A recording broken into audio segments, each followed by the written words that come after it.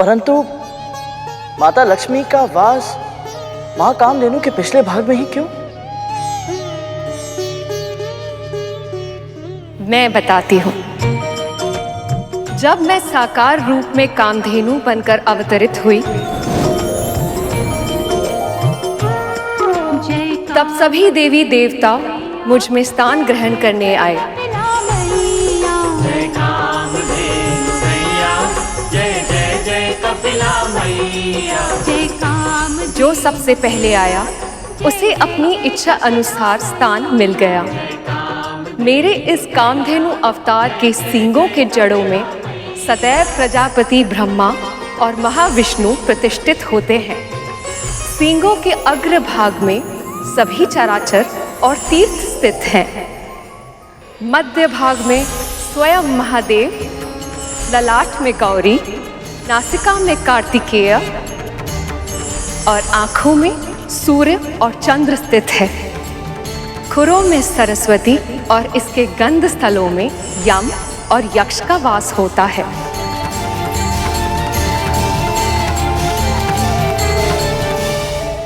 प्रणाम माँ। माँ, मुझे भी अपने इस कामधेनु रूप में कोई स्थान दे दीजिए। आपको विलंब हो गया देवी। अब तो सभी ने अपना मन वांछित स्थान चुनकर निवास करना आरंभ भी कर दिया है। कोई तो उपाय होगा, मुझे कहीं भी कोई भी स्थान दे दीजिए। मैं तैयार हूँ माँ। माँ, मैं आपके साथ निवास करना चाहती हूँ।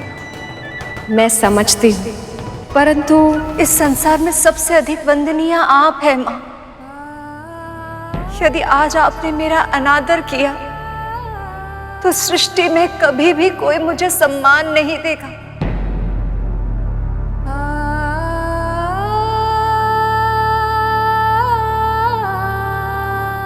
मेरी विनती स्वीकार करें माँ। मुझे स्वीकार है देवी। आज से आप मेरे पृष्ठ भाग में निवास करेंगी।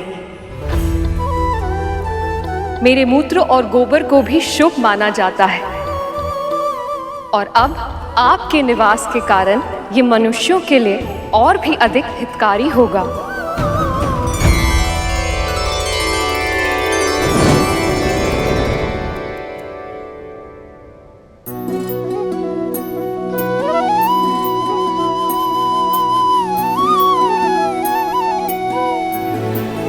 गाय के गोबर में लक्ष्मी का वास होता, इसीलिए उसे खेतों में डालकर मिट्टी को उपजाऊ बनाया जाता।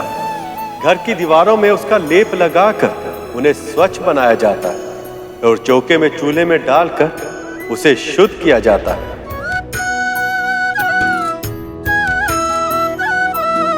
गाय के गोबर से बने कंडे हवन की समीधा बनते और गौमूत्र अनेक रोगों का नाश कर देता।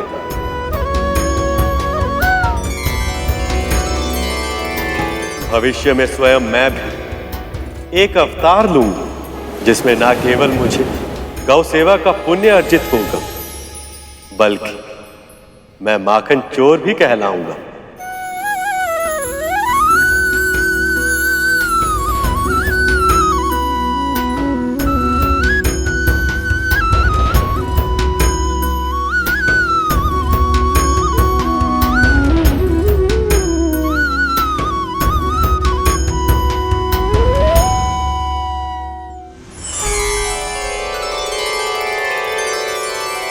ये गाय तो बहुत गुणकारी है, पर यह मिलेगी किसे? और किसे रहा, हम असुरों को ही मिलेगी। असुर सम्राट, विश्व विजेता।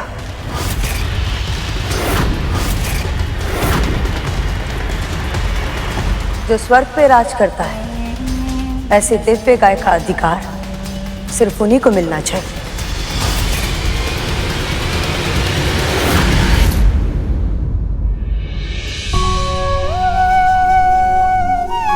लीजिए। तनिक इसमें शहद मिला दे। जी।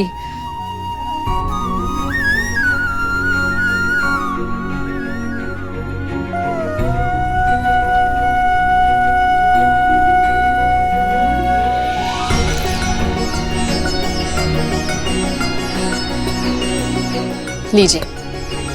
अब तनिक इसमें पीसा हुआ मेवा मिला दे। जी।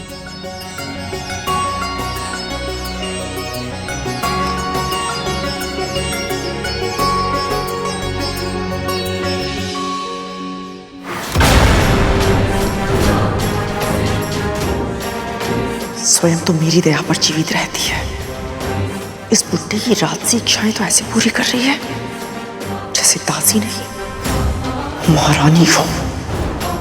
अब पी इसे।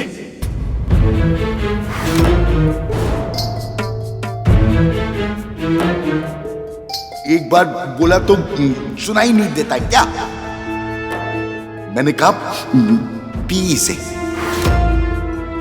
बाबा, ये तो मैं आपके लिए। बचपन में इसी तरह दूध पीना अच्छा लगता था ना तुझे?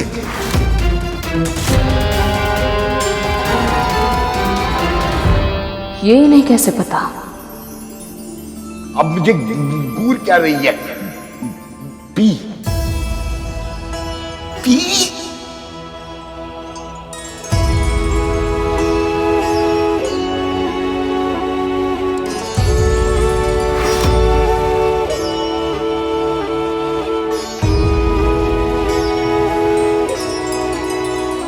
समझना संभव है कौन किसकी सेवा कर रहा है।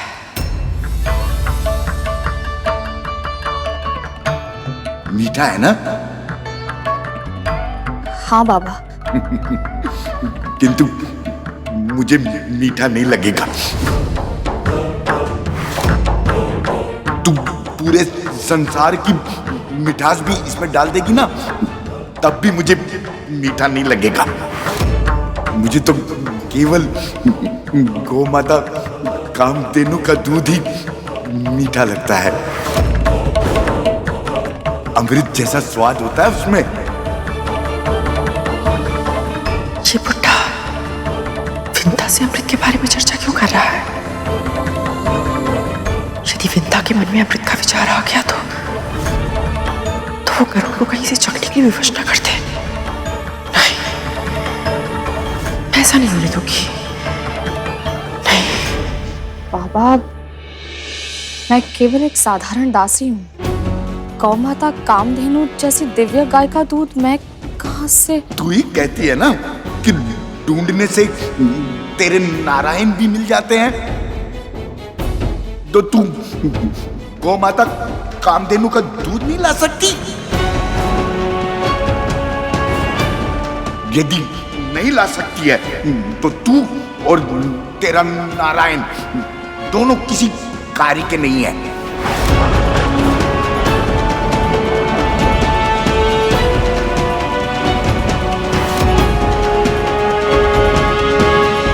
दूध भी मुझे मिलेगा और इस बुड्ढे का आशीर्वाद भी। क्षमा कीजिए दीति मां, महाराज बलि यदि एक बार जीत गए हैं तो इसका अर्थ ये नहीं कि संसार की सभी संपदाएं उन्हें ही प्राप्त होंगी। समुद्र मंथन के रत्न उन्हें ही मिलेंगे जो उसके योग्य हो। युवराज, इस योग्यता का निर्णय किस आधार पर किया तुमने? निर्णय कोई भी हो महाराज, इन देवताओं का आधार केवल छल है। ये दिव्य गाय इन देवताओं को मैं किसी भी मूल्य पे नहीं लेने दूंगा। बजरंग, ये हमारा अधिकार है और हम अपना अधिकार लेके रहेंगे, चाहे कुछ भी हो जाए।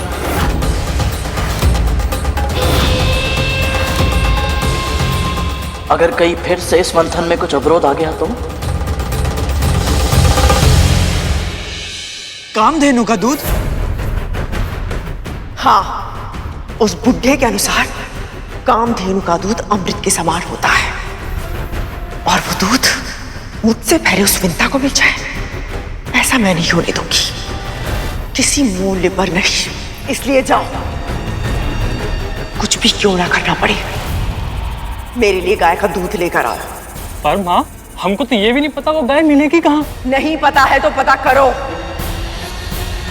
एक सहस्त्र पुत्रों का वरदान मैंने इसलिए नहीं मांगा था कि उनके होते हुए भी सारी समस्याओं का समाधान मुझे स्वयं करना पड़े।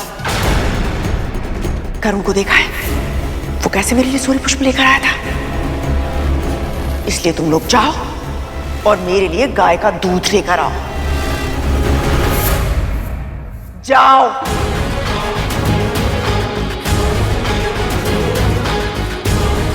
अब हम क्या करें?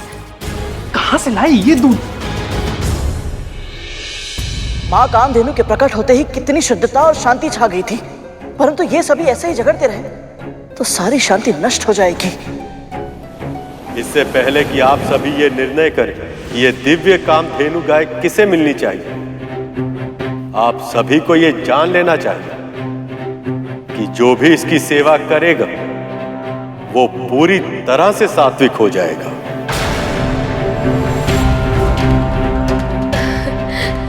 ये तो अत्यंत शुभ बात है। नारायण नारायण, यदि असुर भी सात्विक हो गए तो ये संसार तो पूरी तरह बदल जाएगा।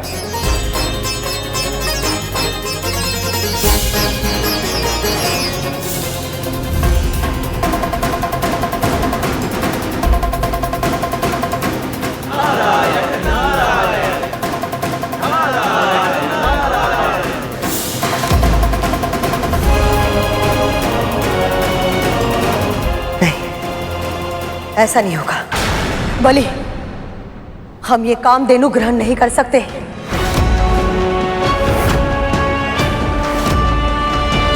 कहीं इसके कारण तुम सात्विक बन गए तो तुम तो स्वर्ग दान में दे दोगे।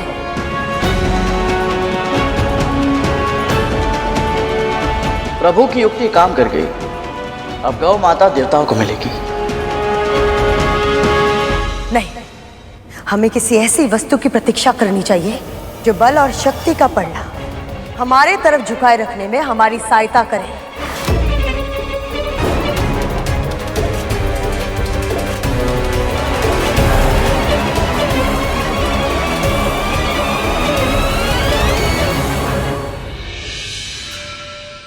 गौ माता की सेवा गौ भक्त करें, इससे उत्तम और क्या हो सकता है।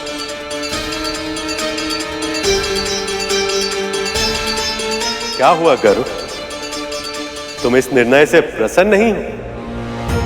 मैं इस बात से प्रसन्न हूं प्रभु कि गौ माता उन दुष्ट असुरों के पास नहीं गई जो सबको सताते हैं, जिनकी प्रवृत्ति ही दुष्ट है। हाँ, तो न जाने क्यों मेरे मन में संदेह हो रहा है प्रभु कि गौ माता इनके पास जाने के बाद प्रसन्न नहीं है। इतना जानते हो तुम गौ माता के मन को? ऐसा नहीं है प्रभु, मैं तो केवल इतना ही जानता हूं कि मां कामधेनु के आंखों में आंसू तो सदैव रहते हैं, परंतु आज इन आंसुओं में वो प्रसन्नता नहीं दिखाई दे रही जो तब दिखती है जब बहुत लंबे समय के बाद मैं अपनी मां से मिलने जाता हूं और वो अपनी आंखों में आंसू भरकर मुझे निहारती है।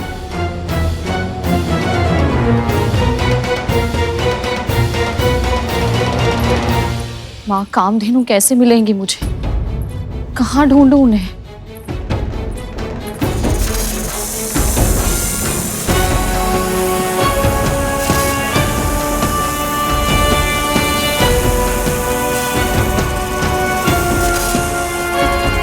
ये इतने सारे नाग एक साथ कहाँ जा रहे हैं?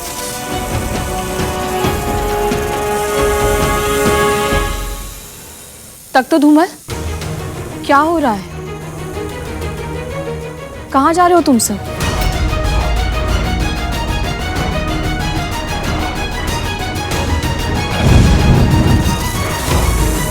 ये दोनों ऐसे लुप्त क्यों हो गए?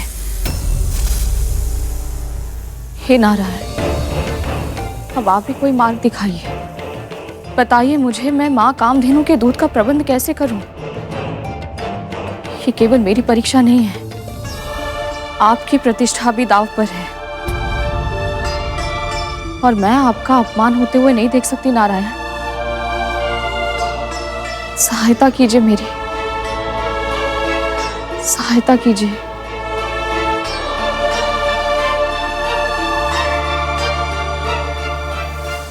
माँ कहती हैं कि जब कुछ पहली बार प्राप्त हो तो उसे ब्राह्मण और ऋषियों को दान देना चाहिए।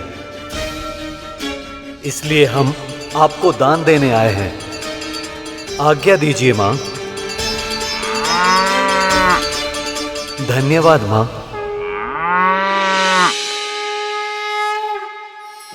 कैसे मूर्ख है ये देवता, पहली वस्तु मिली थी मंथन से, उसे भी दान में दे रहे हैं। हे सप्तऋषिगण, मैं देवराज इंद्र अपने समस्त कुल व संबंधियों के साथ आपका आवाहन करता हूँ। कृपया दर्शन दें। प्रकट हो ऋषिगण, प्रकट हो। प्रकट हो ऋषिगण, प्रकट हो। प्रकट हो ऋषिगण, प्रकट हो।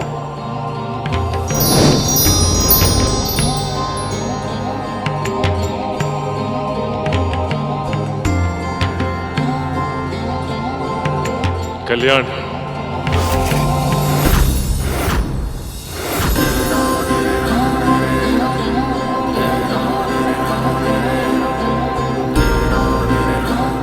ऋषिगण, हम सभी देवता पूर्ण श्रद्धा और भक्ति भाव से इन मां कामधेनु को आपको दान देना चाहते हैं।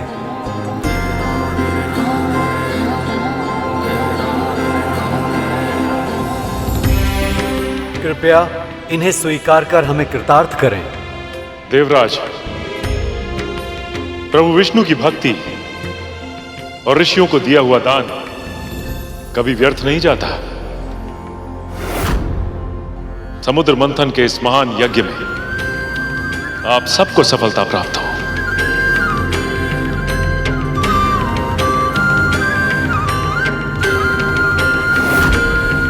ये इंद्र तो बहुत चालाक निकला, गाय माता को दान देकर अमृत प्राप्त करने का मार्ग सरल कर दिया।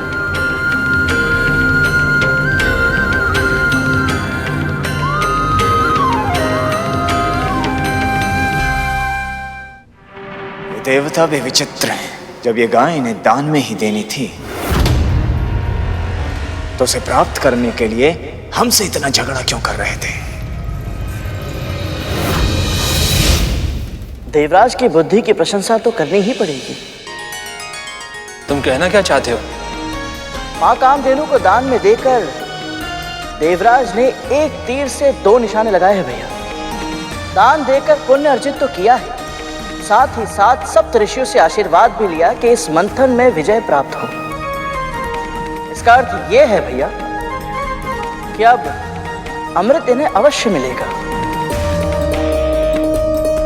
गरुड़ अब राजनीति के कठिन दाव पेच भी समझने लगा है।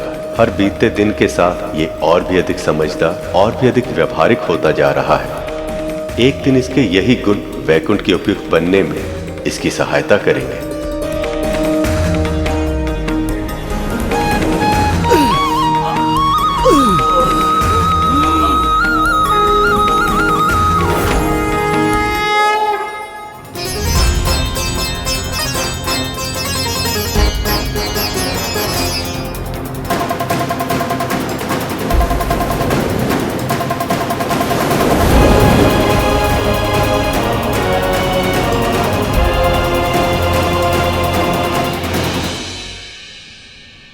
मां कामधेनु के प्रकट होने के बाद से इनका उत्साह बहुत ही अधिक बढ़ गया प्रभु।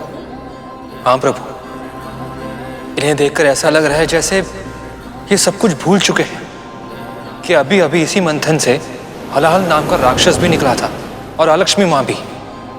यही तो इस जीवन का आनंद है। सुख आते ही मनुष्य का मन चंचल हो जाता है और फिर वो अपने सभी दुख भूल जाता है। और ये भी कि ये सुख भी उतना क्षणिक है जितना दुख था।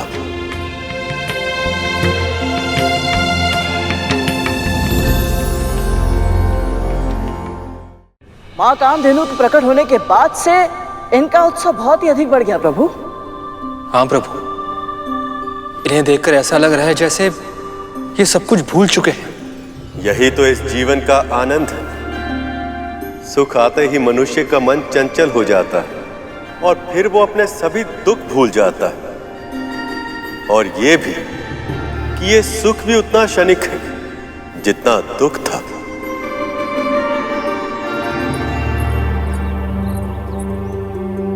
मुझे क्षमा कीजिए बाबा, मैं आपके लिए गौमाता कामधेनु का दूध लाना तो दूर, ये तक नहीं समझ पा रही हूँ उनकी खोज कहाँ से आरंभ करूं। अच्छा बता, गौ माता से हमें क्या क्या प्राप्त होता है? गाय के दूध से नारायण का अभिषेक होता है, उससे जो दही बनता है उसे अन्न में मिलाकर नारायण के लिए प्रसाद बनाया जाता है। उनके घी से सभी अनुष्ठान पूरे होते हैं। और इन सब वस्तुओं का सबसे अधिक प्रयोग कहाँ होता है? किसी ऋषि के आश्रम में। स्वामी, मेरे स्वामी महर्षि हैं।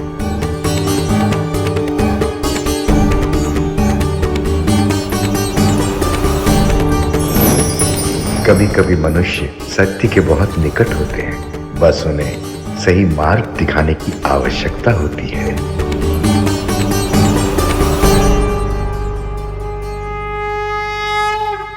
मैं दक्ष पुत्री विंता अपने स्वामी प्रजापति महर्षि कश्यप का आह्वान करती हूँ। कृपया दर्शन दें।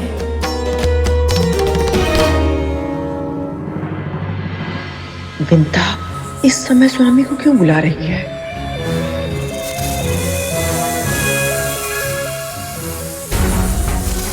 दुबल, हमारे अन्य भाई तो रिक्त हाथ ही वापस चले आए। तब तो यदि गुरु दत्तात्रेय को दूध नहीं मिला तो वो तो क्रोधित होंगी, और यदि विंता माता को पहले दूध मिल गया तो माँ हमारी जो दशा करेगी उसकी तो कल्पना भी असंभव है। तो फिर अब हम क्या करें? तब तो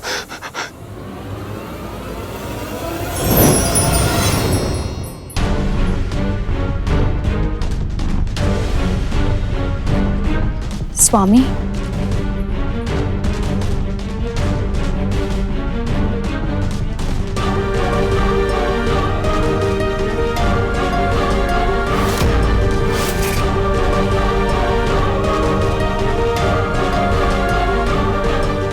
स्वामी, मैंने आपको कष्ट इसलिए दिया क्योंकि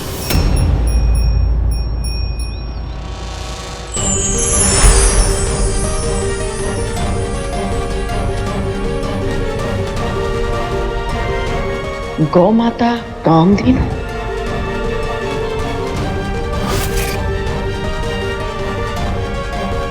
माँ कामधेनु। स्वामी ने पुनः विंता का साथ दिया।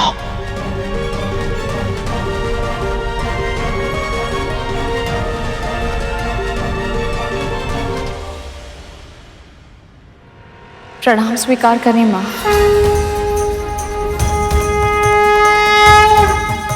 मैं केवल अपने पुत्रों की प्रसन्नता चाहती हूँ, आशीर्वाद दीजिए। एक विनती और है माँ, एक बूढ़े बाबा को आपके दूध की आवश्यकता है,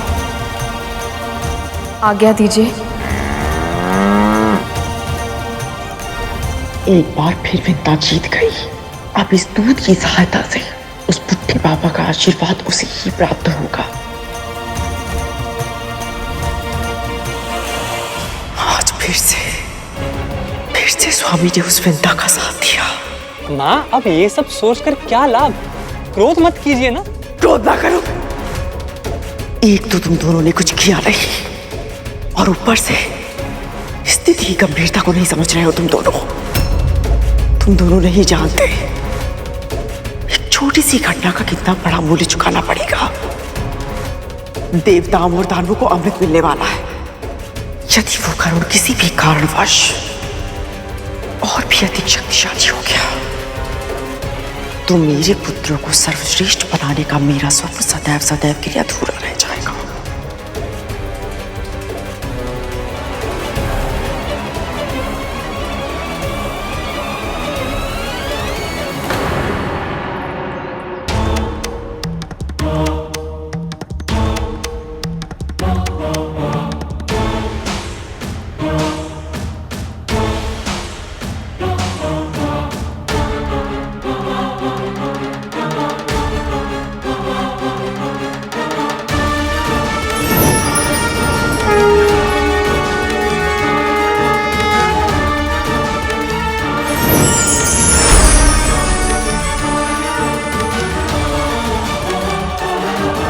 राम गुरुदेव।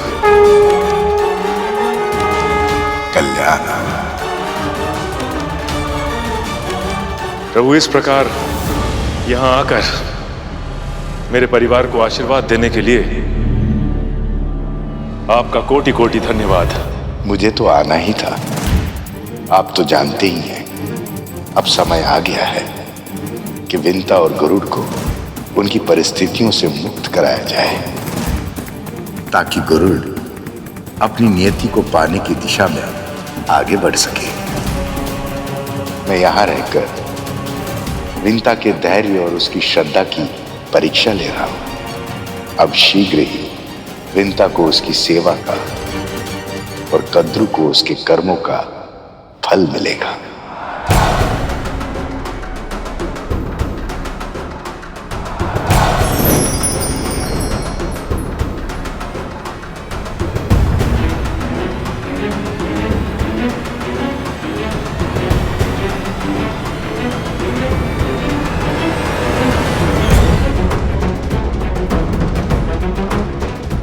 तो स्वामी की बाबा से भेंट हो ही गई।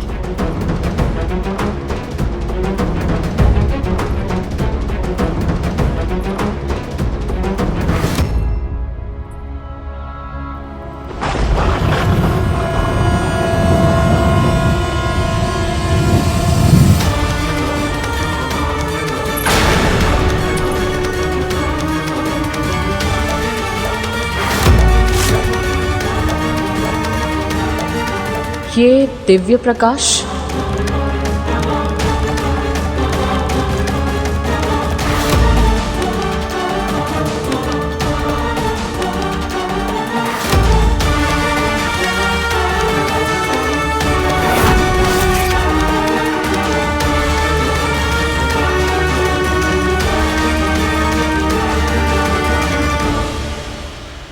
तो मेरा संदेह बिल्कुल सही था। ये साधारण बुड्ढा नहीं है, अवश्य ही कोई दिव्य आत्मा है। तभी तो हमारे स्वामी स्वयं से प्रणाम कर रहे हैं। पर कौन है ये?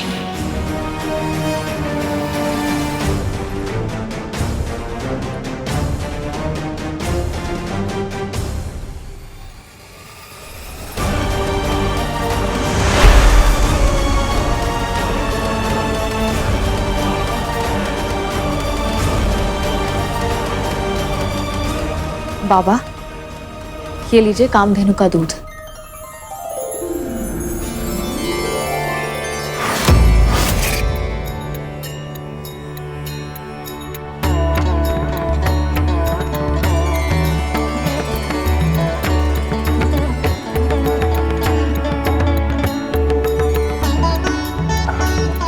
स्वादिष्ट। विंता, आपने बहुत अच्छा किया जो इन वृद्ध बाबा को यहां ले आई। हमें पूर्ण विश्वास है कि अगर आप पूरे मन के साथ इनकी सेवा करेंगी तो ये शीघ्र ही स्वस्थ हो जाएंगे।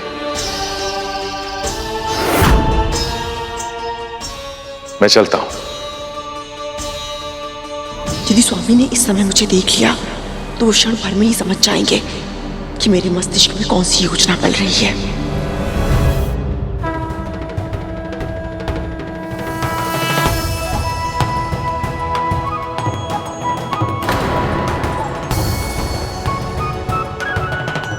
यदि इन बाबा में कुछ विशेष है तो स्वामी ने कुछ कहा क्यों नहीं?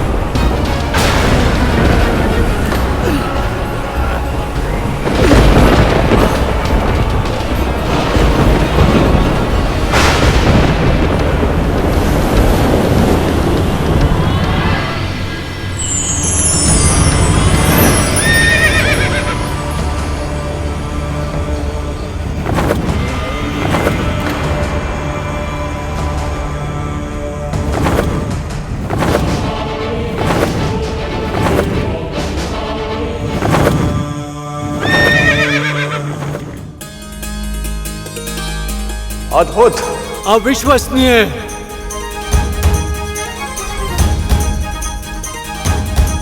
इसके रूप ने तो सभी का मन मोह लिया। कौन है ये पशु? उच्चश्रवा, उच्चश्रवा, उच्चश्रवा। श्वेत और काले में बहुत अंतर होता है, मैंने अपनी आंखों से देखा है। तो बोले, शर्त लगाने का साहस, हारने वाले को जीतने वाले की एक बात माननी होगी। कल सुबह होने से पहले तुम सब जाकर उच्चश्रवा की पूंछ से लिपट जाना। दूर से देखने पर किसी को भी भ्रम हो जाएगा कि उसकी पूंछ काले रंग की है। कल तक तो इसकी पूंछ श्वेत रंग की थी। तुझे मेरी दासी बनना पड़ेगा, जीवन भर के लिए।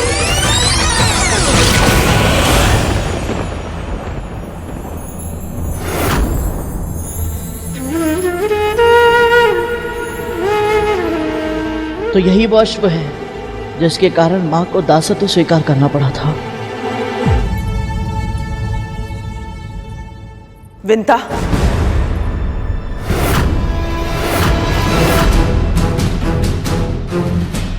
इस बाबा की इच्छाएं पूरी करने के लिए और उसके लिए कामधेनु के दूध का प्रबंध करने के लिए तूने हमारे स्वामी को ही आमंत्रित कर लिया। है कौन ये? मैं नहीं जानती महारानी, मैं तो बस इन्हें एक असहाय रोगी समझकर यहाँ ले आई थी, पर लगता है कि ये कोई पुण्य आत्मा है। तभी तो हमारे स्वामी इन्हें प्रणाम कर रहे थे। इसकी बातों से स्पष्ट है कि इसे पता ही नहीं है कि ये बाबा कौन है, कोई सिद्ध पुरुष है या साधारण भिखारी। बालासन, बालासन, बालासन तुझे प्रतिदिन करना होगा। मैं तो कहती हूं अभी कर, इसी समय। महारानी, अभी? हाँ, अभी। जी।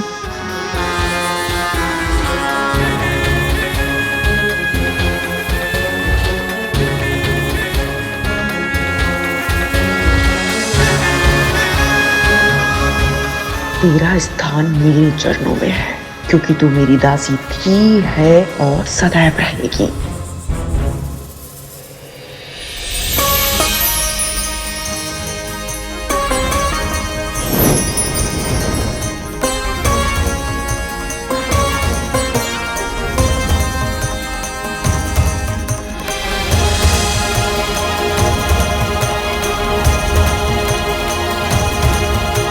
कितना दिव्य है ये अश्व, बलिष्ठ काया। अतुल्य है ये अश्व। यदि इस पर किसी का अधिकार संभव है तो केवल हम असुरों का। दिव्य प्राणी केवल दिव्य देवताओं के पास ही होना चाहिए। तुम देवता दिव्य नहीं, भिक्षुक हो, भिक्षुक।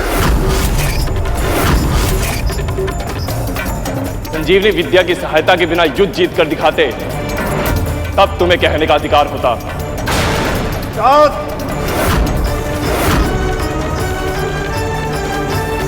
दिव्य कोई हो ना हो, और इस अश्व को दिव्य लोक में रहने का अधिकार है। स्वर्ग में रहेगा ये।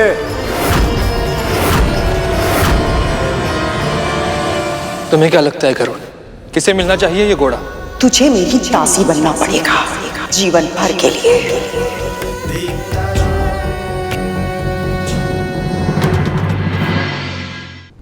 इसे क्या हुआ प्रभु? स्मृति दो धारी तलवार होती है शेष। कभी कभी ये मनुष्य में ऐसी भावना जगा देती है जिससे व्यक्ति अपनी नियति प्राप्त कर पाता है, तो कभी कभी ये व्यक्ति को बंदी बना लेती। गरुड़ का मन उच्चश्रवा को देखकर ऐसी ही स्मृति में घिर गया और अस्थिर हो गया है।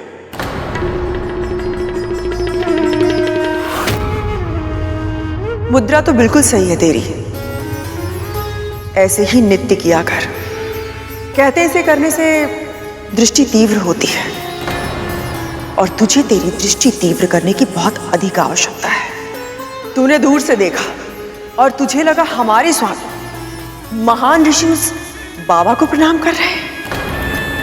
ध्यान से देख विंता, वो उस बाबा को नहीं, जबकि उनके पीछे रखी उस मूर्ति को प्रणाम कर रहे थे।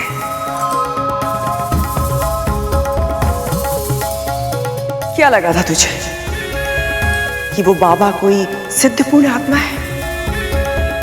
तुझे पता है ना विंता कि तू मेरी प्रिय दासी है और मैं तुझे निराश होते हुए नहीं देख सकती, इसलिए सत्य तो बताना पड़ेगा।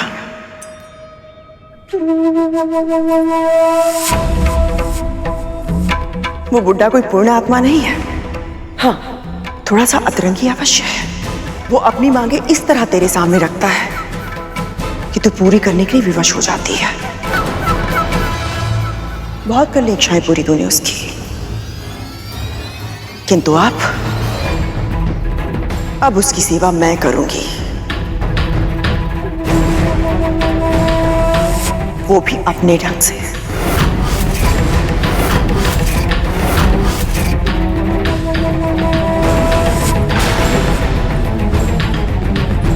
अचानक से इन्हें क्या हो गया?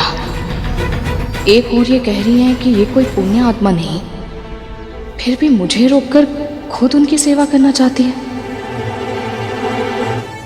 पहले गाय आप सबको मिली थी देवराज, और अब यश हमें मिलना चाहिए। माँ कामधेनु हमारे पास नहीं है राहुल, आप सबके सामने हमने उन्हें दान दे दिया है। ये तुम्हें पहले सोचना चाहिए था देवराज इंद्र। जब भीख मांगने की स्थिति हो तो दानवीर नहीं बनना चाहिए। वचनों के तीर भी कुछ कम घायल नहीं करते। शाबाश मेरे पुत्रों, शाबाश। यदि ये उच्चेश वह असुरों को नहीं मिला तो हमें ये समुद्र मंथन यही छोड़ देंगे। इस प्रकार वाद विवाद में फंस गए तो ये समस्या नहीं सुलझेगी, ये झगड़ा बढ़ता ही जाएगा। हे नारायण, न्याय कीजिए।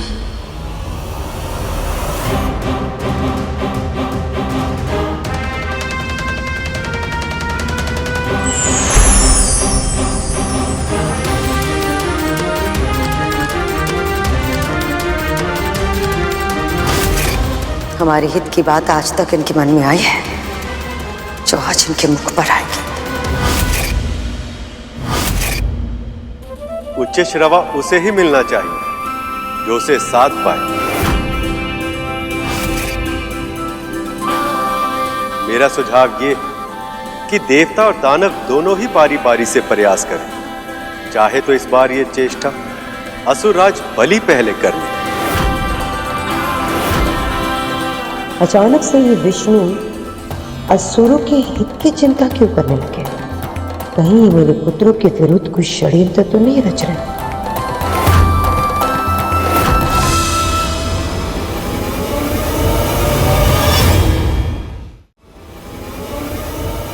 बलि, मेरी बात मान। पहला प्रयास इंद्र को करने दे।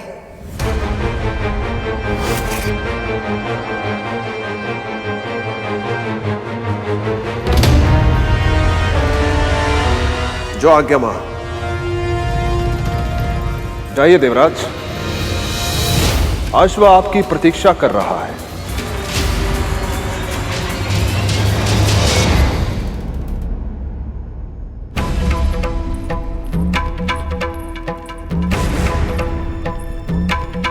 सब जाओ यहां से।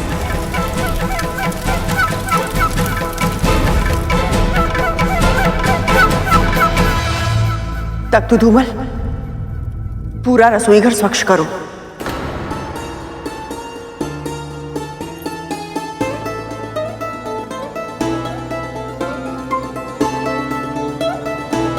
माँ आखिर करना क्या चाहती हैं और क्यों कर रही हैं ये सब?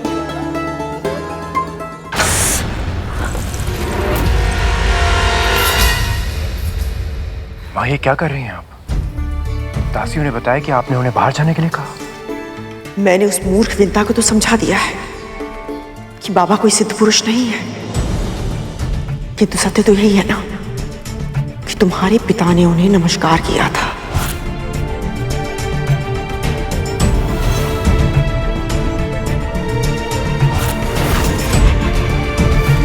इसका तो एक ही अर्थ निकलता है कि वो कोई साधारण पुरुष भी नहीं है।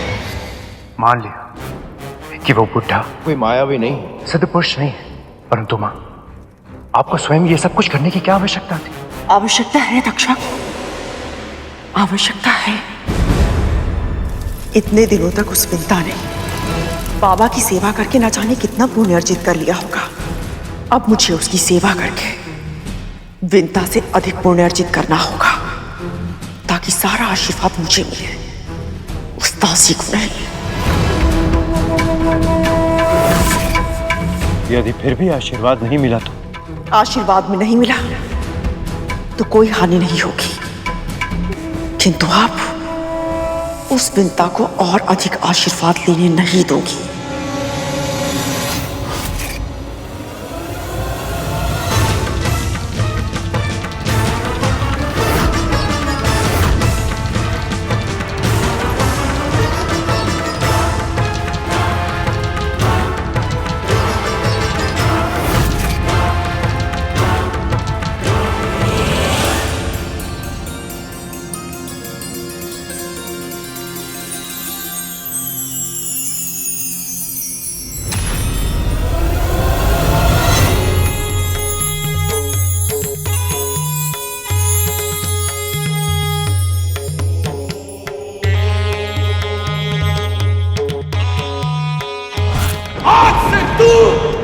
और तेरे सभी देवता श्रीहीन हो जाएंगे, तेरा ऐश्वर्य भूमि में मिल जाएगा।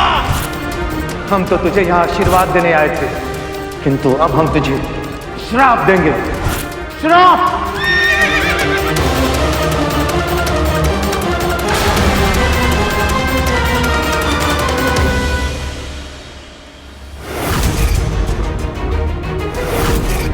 ये अश्व तो इंद्र से दूर जा रहा है और वो कुछ नहीं कर रहा है।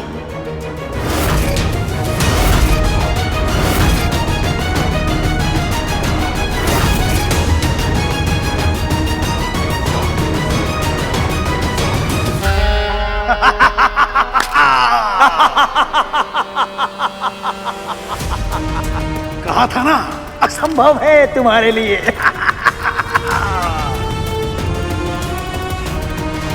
उच्च श्रवा चंचल मन का प्रतीक, देवराज का मन उसे देखकर अतीत में भटक गए और इसीलिए वह उसे पकड़ नहीं पाया। समय की तरह जो एक बार छूट जाता है वो फिर पकड़ में कहां आता है। इस अश्व को केवल वही साध सकता है जिसे ना अतीत का दुख हो और ना ही भविष्य की परवाह, जो केवल वर्तमान में रहता हो। प्रभु यदि ऐसा है तो क्या असुर इसे साध पाएंगे? कि तिथि मां तो सदैव ही भविष्य की चिंता में व्याकुल रहती है। यही तो देखना है गरुड़।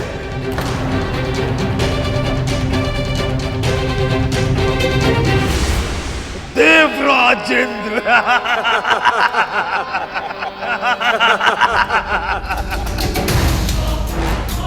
बलि, असफल होकर मत लौटना पुत्र, वरना ये देवता उपहास उड़ाएंगे।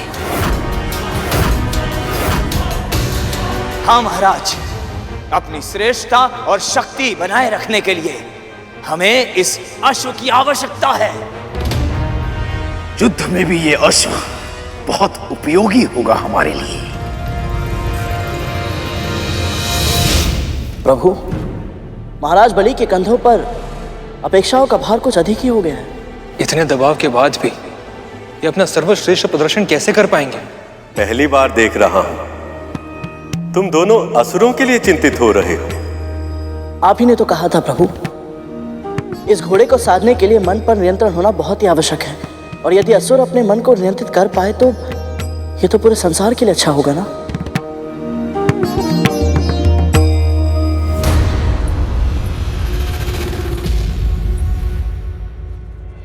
महारानी, आप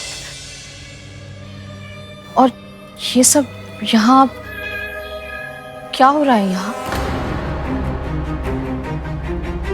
जा यहाँ से। क्या हुआ महारानी, आप ऐसा क्यों कह रही हैं?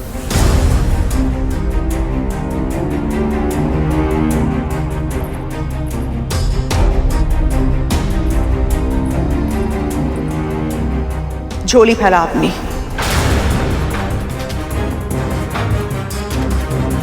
अपनी झोली फैला।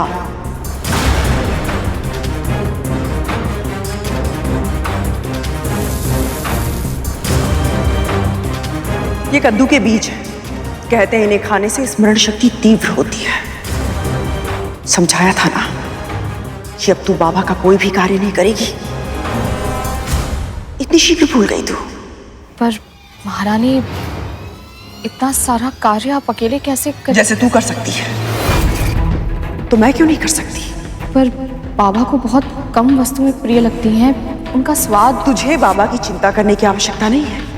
अब तू स्वयं देखना, मैं अपने हाथों से ऐसा भोजन बनाऊंगी कि बाबा अपनी उंगलियां चाटते रह जाएंगे। जा यहां से, जा।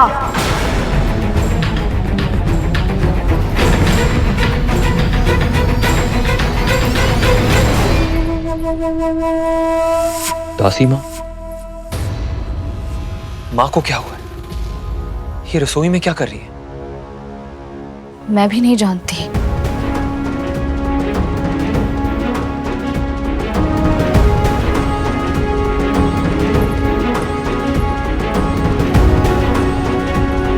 कुछ तो गड़बड़ जरूर है, मुझे पता करना होगा।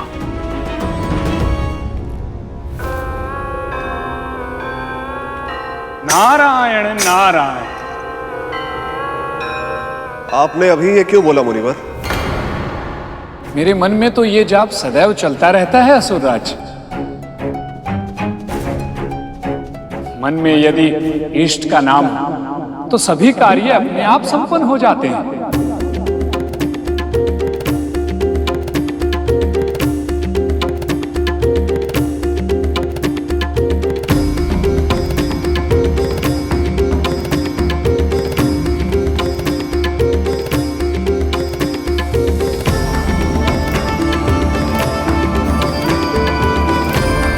ओम नमः शिवाय, ओम नमः शिवाय, ओम नमः शिवाय, ओम नमः शिवाय।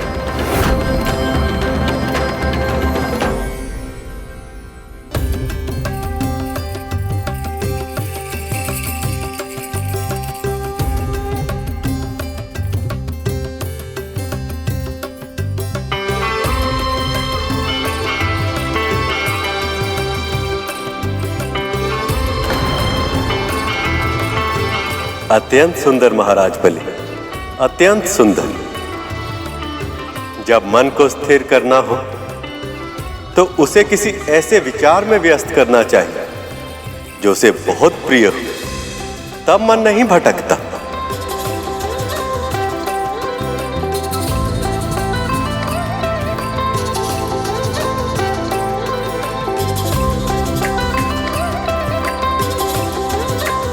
स्वर्गाधिपति महाराज बलि की जय, स्वर्गाधिपति महाराज बलि की जय, स्वर्गाधिपति महाराज बलि की जय।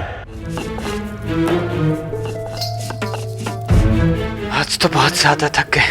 हाँ तक तू फिर भी यह कार्य खत्म होने का नाम ही नहीं ले रहा है। मुझे नहीं पता था भोजन बनाने में इतना श्रम लगता है। पर मैं ये सोच रहा हूँ तक तू कि विमाता विंता हम सबको इतना कार्य करते हुए देख के कितनी प्रसन्न हो रही होंगी, है ना?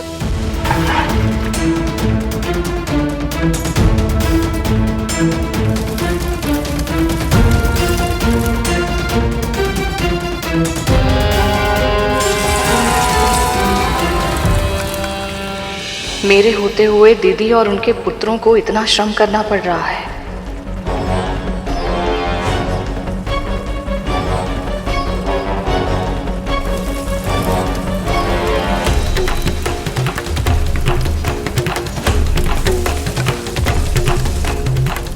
बाबा को इतने तेल और मसाले वाला, इतनी मिर्च वाला भोजन देंगे तो उनका स्वास्थ्य बिगड़ जाएगा। कहीं अच्छा करने के प्रयास में दीदी के साथ कुछ बुरा न हो जाए।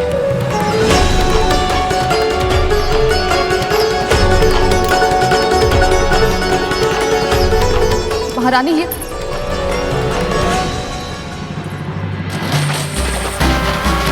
असुरराज महाराज बलि की जय, स्वर्गाधिपति महाराज बलि की जय।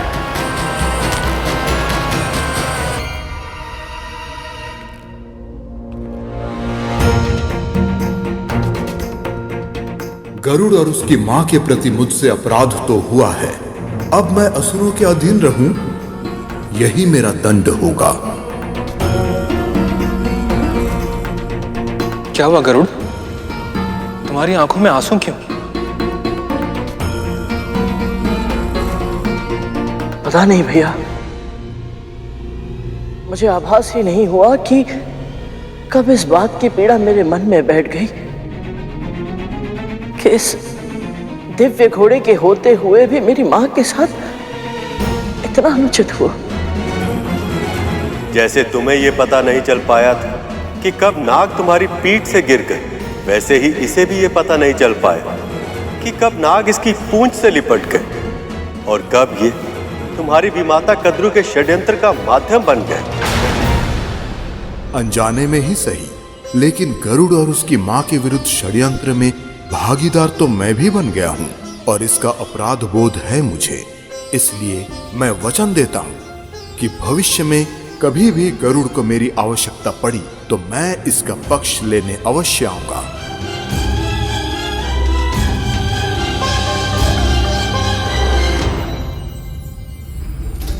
महारानी रुक जाइए, महारानी मेरी बात सुन लीजिए। महारानी कासिमा, आप माँ का आदेश क्यों नहीं मान रही? जब माँ ने आपको स्वयं से दूर रहने के लिए कहा है तो उनकी छाया बनने का प्रयास क्यों कर रही हो? क्योंकि मैं अपनी दीदी को कष्टों से घिरते हुए नहीं देख सकती। माँ कष्टों में क्यों घिरेगी? क्या उल्टा सीधा बोल रही हैं आप? दीदी ने बहुत तीखा भोजन बनाया है जो बाबा के स्वास्थ्य के लिए हानिकारक है। यदि वो क्रोधित हो गए तो क्रोधित हो गए तो कहीं ये दिव्य बाबा माँ को आशीर्वाद देने की जगह श्राप न देते।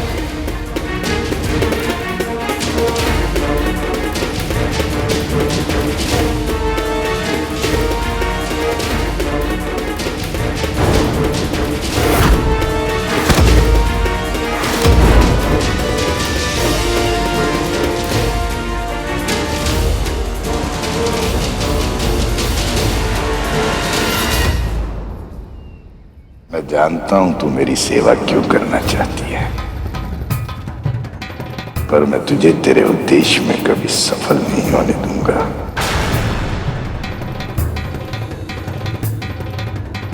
बाहर से क्यों घूर रही है? पीतरा,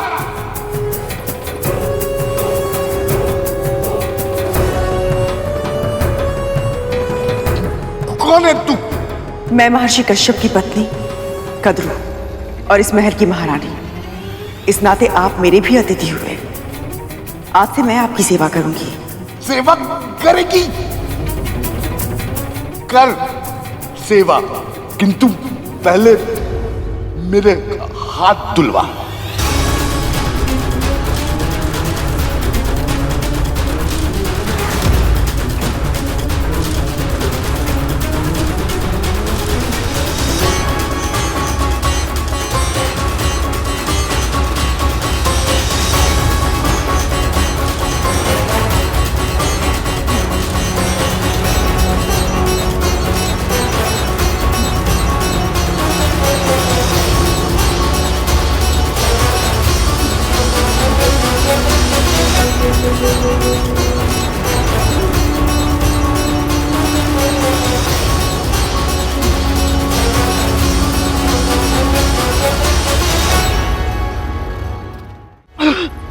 दीदी आप नहीं कर पाएंगे ये मैं हूं ना, आप मुझे करने दीजिए ये सब। रहने दे,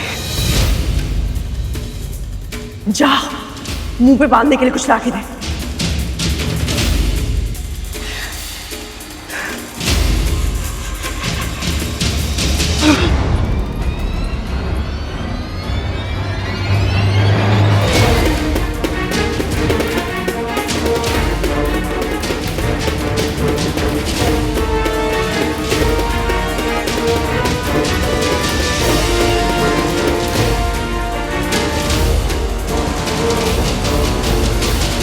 आऊंगा। दुर्गंध आ रही है। नहीं नहीं बाबा, दुर्गंध की कोई बात नहीं है। वो आपके घाव बहुत गहरे हैं ना, तो मैंने अपना नाक और मुंह ढक लिया ताकि मेरे तन के कीटाणु और विषाणु आपके घाव पर लगकर उन्हें कहीं अधिक संक्रमित ना कर दे। वाह, कितने अच्छे संस्कार है तेरे। माँ तो गुरु दत्तात्रेय से झूठ बोल रही है। हाँ तक तू, इन्हें नहीं पता कि गुरु से कोई सत्य नहीं छुपता। ऐसा ना हो कि इस असत्य के कारण माँ को कोई दंड मिल जाए।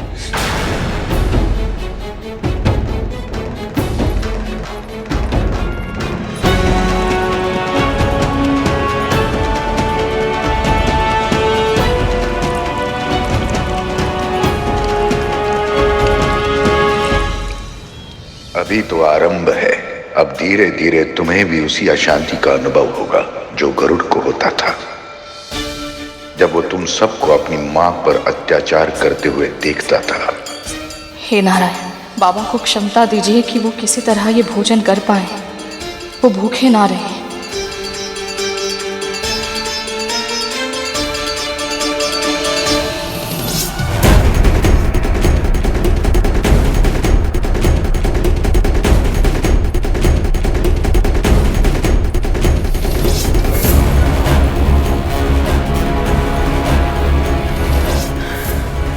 आप ठीक तो है ना दीदी?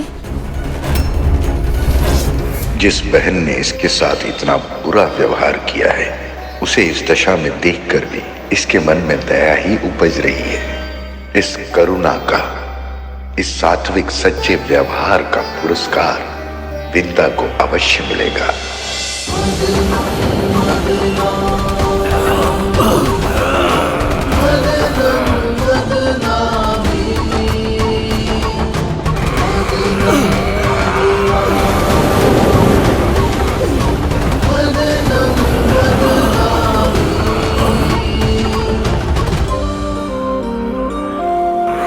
और शक्ति लगाओ। अब क्या प्रकट होने वाला है इस समुद्र से? जो भी होगा उच्च श्रवा से उत्तम ही होगा। लगाओ बल।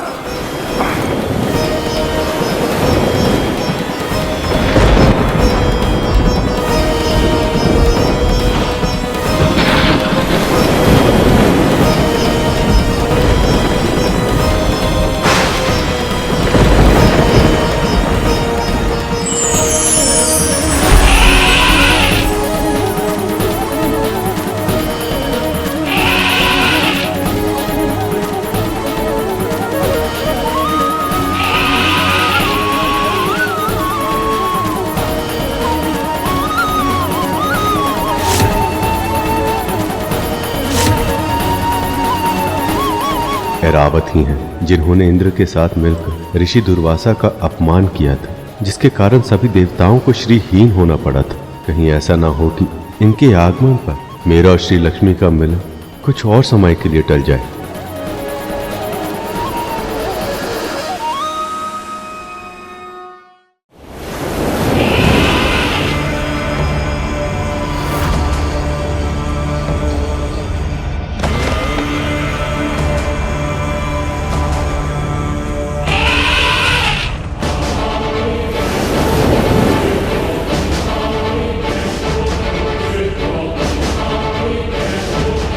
इस बार तो मेरा ही अधिकार होना चाहिए इंद्र।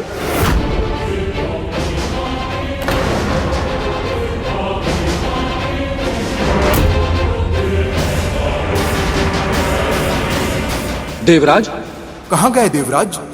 अभी तो यहीं थे।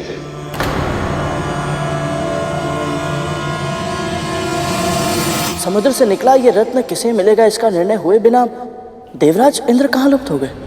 जब अतीत की भूल अचानक आकर सामने खड़ी हो जाए और उससे दृष्टि मिलाने के अतिरिक्त और कोई उपाय ना, तब उसका सामना करना कठिन हो जाता है। ये वही हाथी जिसने देवराज इंद्र के साथ मिलकर महर्षि दुर्वासा का अपमान किया था। देवराज इंद्र को इसकी क्या आवश्यकता? तूने विजय श्री की प्रतीक परम पूजनीय रुद्राक्ष की माला मेरे आराध्य भगवान शिव के वरदान का अपमान किया है।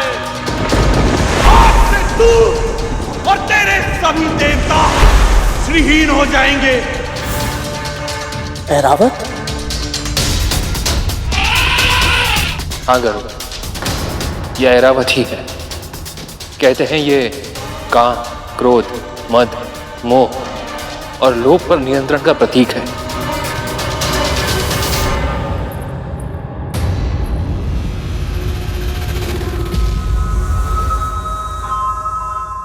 सारा भोजन एक साथ खिलाएगी क्या? पहले चखू तो सही, कैसा भोजन बनाया तूने?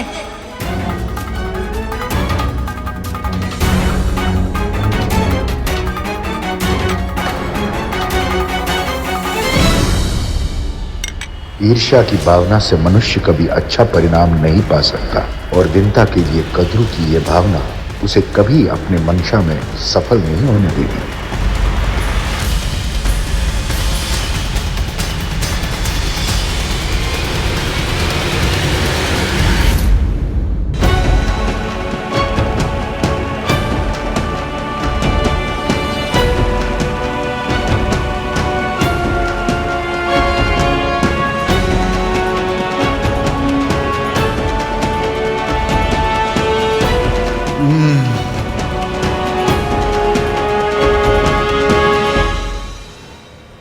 स्वादिष्ट, अति स्वादिष्ट।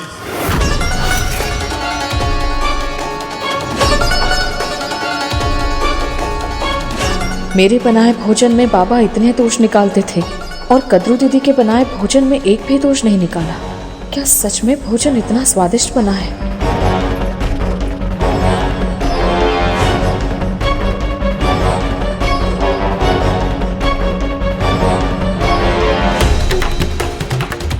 जब मेरी ये दशा है तो बाबा की क्या होगी?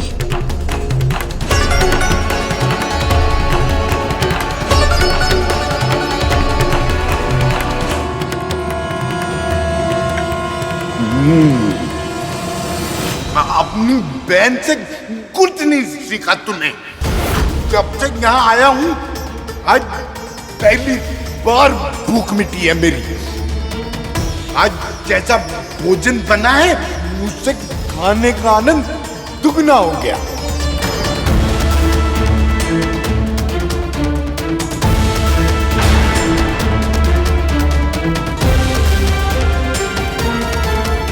प्रतिदिन ऐसा ही भोजन बनाना। हाँ? प्रतिदिन? अवश्य बाबा, मैं प्रतिदिन अपने हाथों से बनाकर आपको खिलाऊंगी।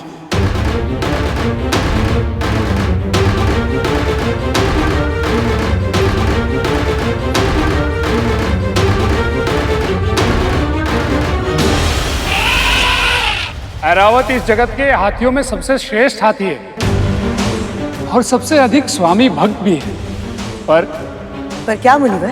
पर अहंकार के वश में आकर इसने स्वामी दुर्वासा का अपमान किया था, जिसके कारण न केवल इंद्र अपितु पूरी सृष्टि को श्रीहीन होने के लिए विवश होना पड़ा था। इसका अर्थ है यह हाथी अशुभ है।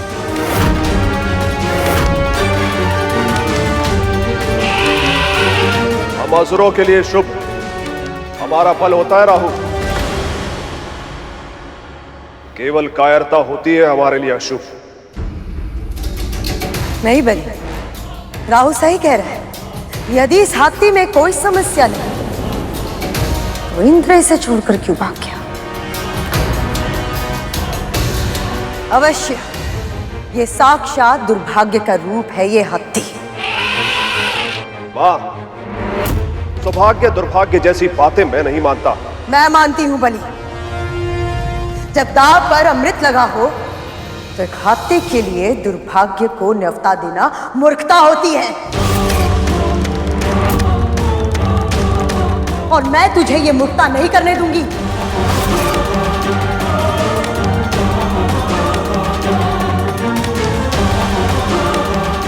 आज्ञा मां, ऐरावत पर देवताओं का यह अधिकार होगा।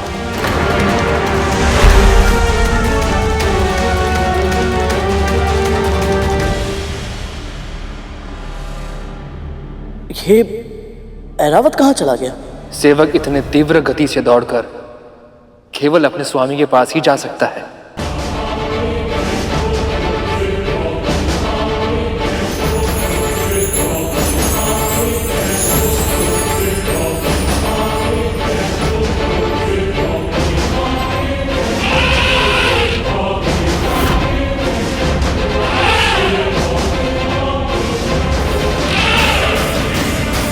इन सब का कोई अर्थ नहीं। अब जो होना था वो हो चुका।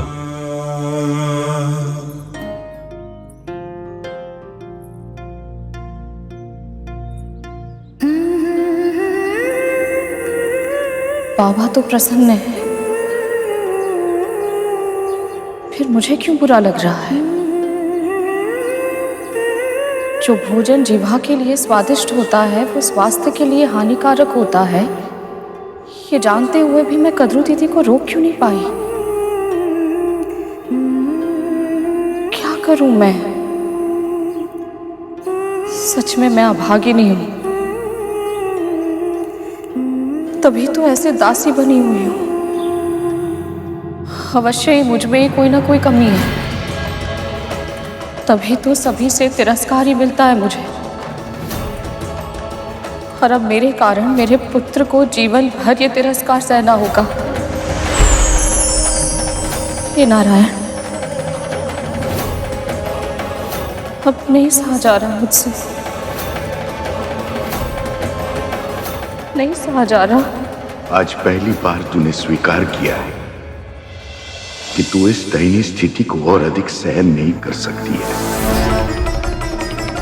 कठिनाई को जुटलाने से परिस्थिति नहीं बदलती है, समस्या के अस्तित्व को स्वीकार करने से समस्या का समाधान निकलता है। अब देखना पुत्री, तू कैसे इस दासत्व से स्वयं भी मुक्त होगी और अपने पुत्र को भी मुक्त कराएगी। हर अत्याचारी को उसके कर्मों का फल अवश्य मिलता है, कद्रू को भी मिलेगा, अवश्य मिलेगा।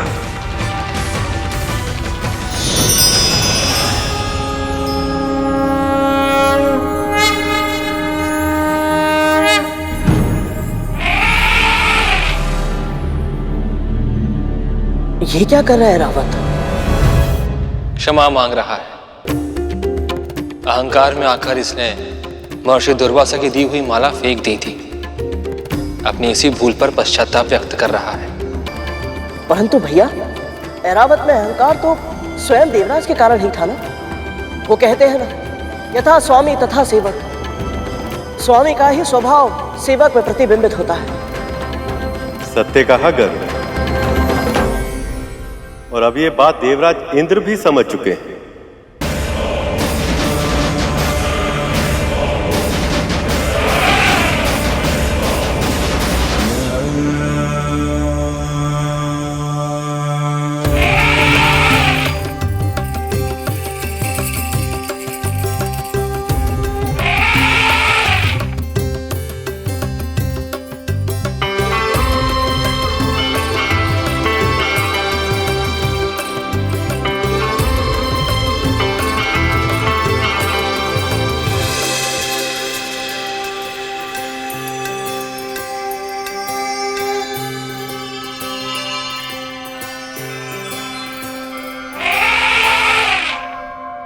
स्वामी और सेवक के बीच ऐसा संबंध मैंने आज से पहले कभी नहीं देखा।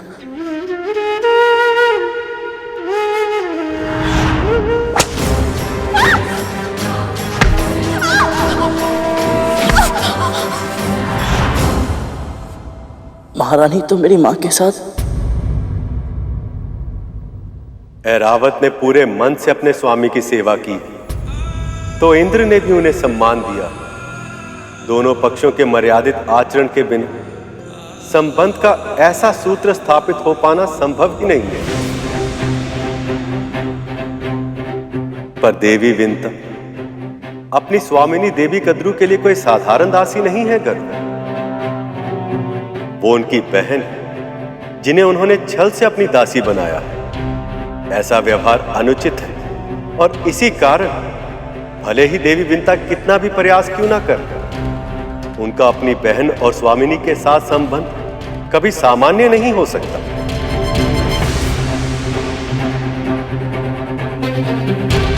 ऐरावत का अपने स्वामी के साथ संबंध सच में अद्भुत है। बस एक ही इच्छा है मेरी, किसी तरह मैं भी अपने प्रभु का ऐसा ही सेवक बन पाऊं।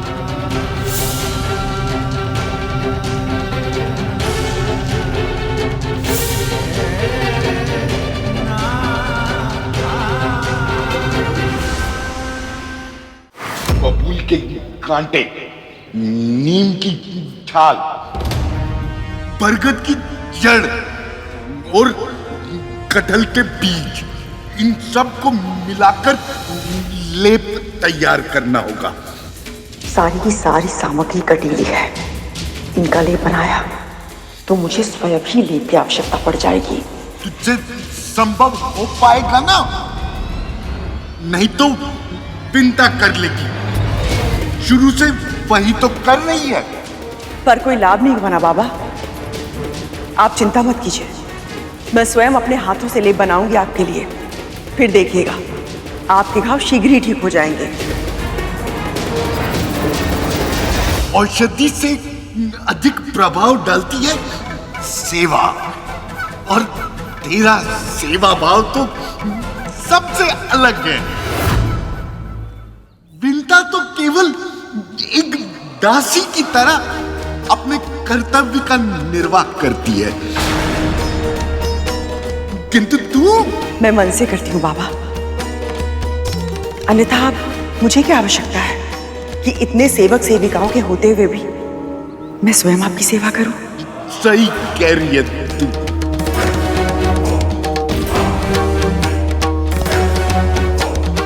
मैं तैयारी करती हूँ। क्या?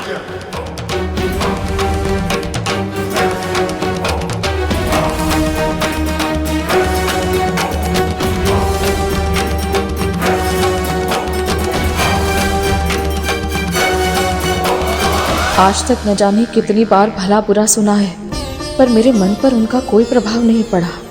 कभी मेरा मन दुखी नहीं हुआ, पर जब बाबा के मुंह से ये सब सुनती हूँ तो न जाने इतनी टीस क्यों उठती है मेरे हृदय में। क्यों ऐसा लगता है जैसे बाबा नहीं, मेरे भगवान ही मुझसे रूठ गए हैं।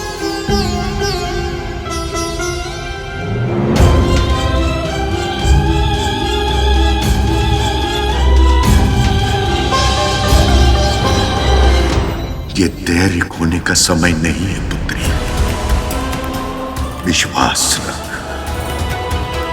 मैं शीघ्र ही कद्रू को उसके कर्मों का दंड दूंगा और तेरी पीड़ा का अंत करूंगा। मैं तुझे मुक्त कराऊंगा।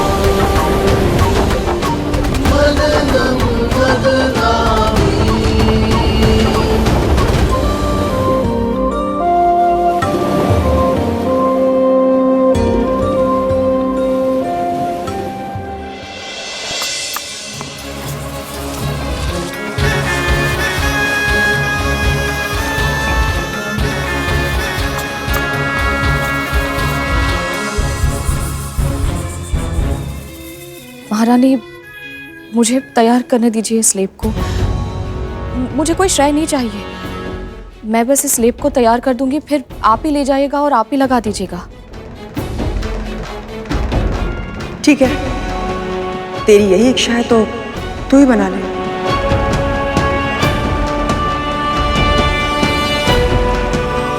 माँ विंता माता से कार्य करवाकर स्वयं श्रेय लेना चाह रहे हैं। इन्हें लग रहा है गुरु दत्तात्रेय को पता नहीं चलेगा। पर उन्हें तो सब पता होता है ना, तब तो कहीं माँ को आशीर्वाद के स्थान पर श्राप मिल गया तो।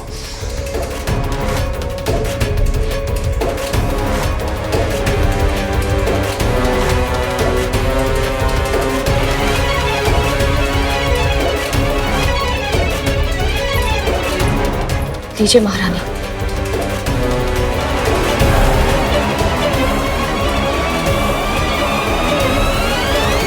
अब विश्वास हो जाएगा बाबा को, ये लेप मैंने बनाया है।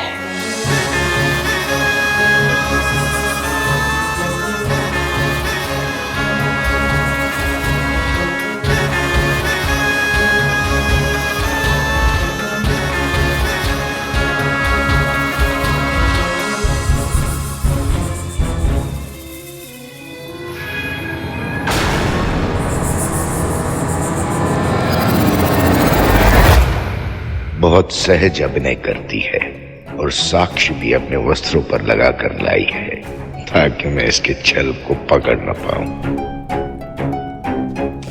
ले आई ले, चल लगा।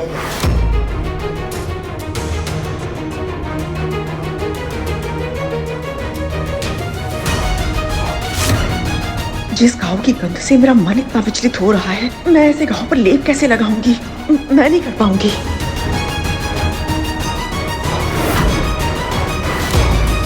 दीदी ने लेप ऐसे लगाया तो बाबा क्रोधित होकर लेप ही फेंक देंगे, और यदि ऐसा हो गया तो उनकी औषधि व्यर्थ हो जाएगी। नहीं, मैं ऐसा नहीं होने दे सकती।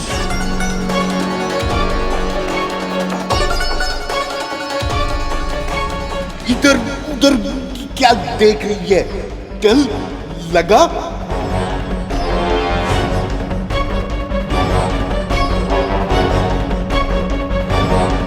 लगा।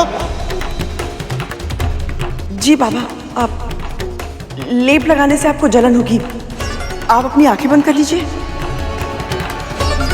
कितना उचित विचार है, कितनी बुद्धिमान है तू। लगा।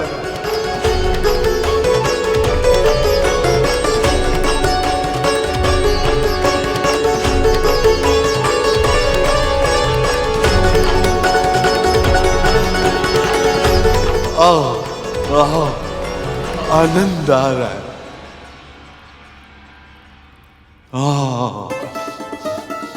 सचमुच तेरे हाथों में चमत्कार है। यदि तूने पहले दिन से ये लेप लगाया होता तो अब तक इसका प्रभाव भी दिखाई दे रहा होता।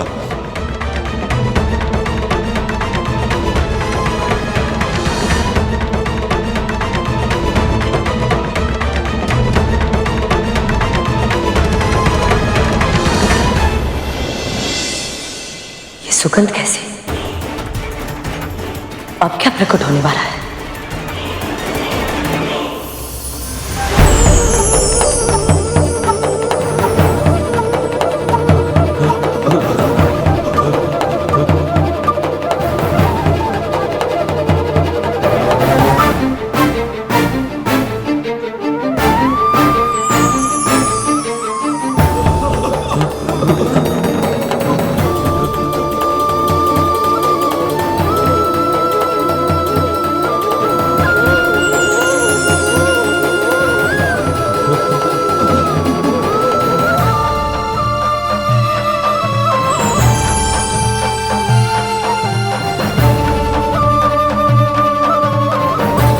प्रभु, मंथन से ये क्या निकला है जिसका तेज हम में से कोई सह तक नहीं पा रहा? कौस्तुभ मणि है ये।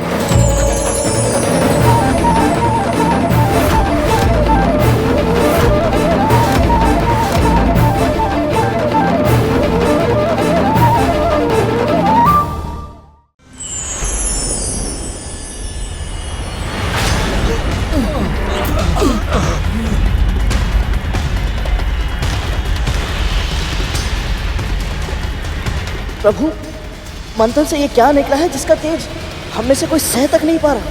कौस्तुभ मणि है ये। अंतहीन, अपराजित, शुद्ध प्रकाश की अभिव्यक्ति के रूप में परम चेतना का प्रतीक है यह। इसलिए इसकी शक्ति को सह पाना सबके लिए संभव नहीं है।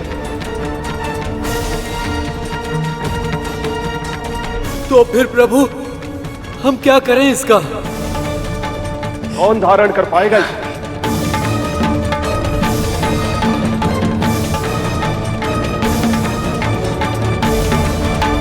हम सब इस विशाल समुद्र को मथ के इसमें भीषण असंतुलन उत्पन्न कर रहे हैं। कितनी असुविधा पहुंचा रहे हैं हम इसे। मेरा सुझाव ये है कि हम इस मणि को समुद्र देव को उपहार में दे दें। अब तक ये मणि समुद्र के तल में विराजमान, किंतु अब समुद्र देव इसे पूरे अधिकार से ग्रहण कर पाएगा। उचित सुझाव है। उचित सुझाव है। हे समुद्र देव, मैं नारद प्रभु विष्णु सभी देवताओं और दानवों के प्रतिनिधि के रूप में आपसे आह्वान करता हूँ। कृपया आप दर्शन दें। प्रकट हो समुद्र देव।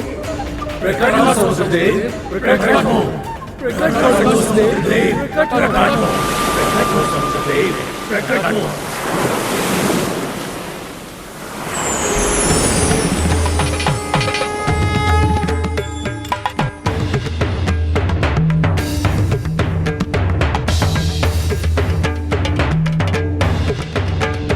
हे समुद्र देव, कृपया इस मणि को ग्रहण करें और हम सबको कृतार्थ करें।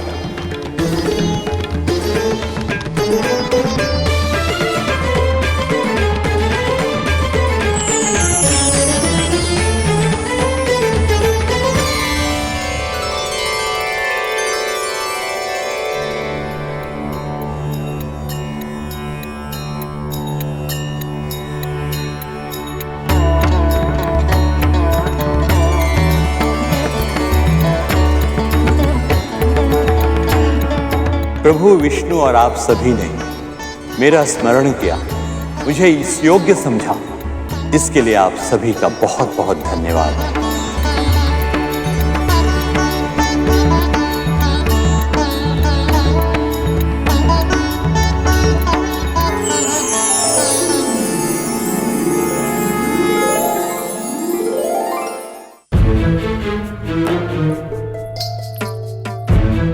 हो गया बाबा।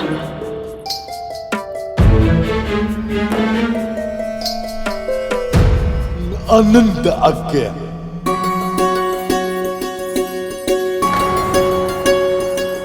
मुझे विश्वास है तेरे इस लेप से मैं शीघ्र स्वस्थ हो जाऊंगा।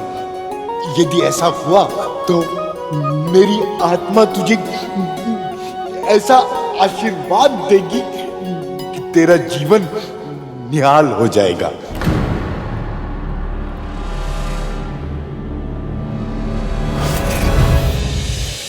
हम बाबा के साथ कितना अनुचित व्यवहार कर रहे हैं। उन्हें तो ज्ञात ही नहीं है कि लेप कद्रू दीदी ने नहीं, मैंने लगाया है। ये कैसे संभव है धूमल? गुरु दत्तात्रेय को सत्य पता नहीं लगा? या फिर वो भी कहीं माँ की चाल के उत्तर में कोई खेल खेल रहे हैं। यदि ऐसा हुआ तो माँ बहुत बड़ी समस्या में फंसने वाली है। तक तू आनंद आ गया। समय आने पर तुम्हें अपने कर्मों का फल दूंगा कद्रू। बस देखना ये है कि मेरा आशीर्वाद पाने के लिए तुम कितनी सीमाएं लांघ सकती हो।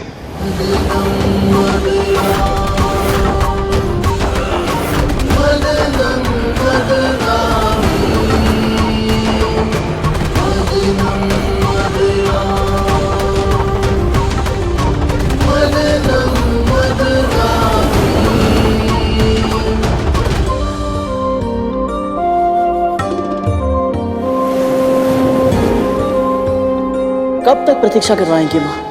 अब तो आ जाइए।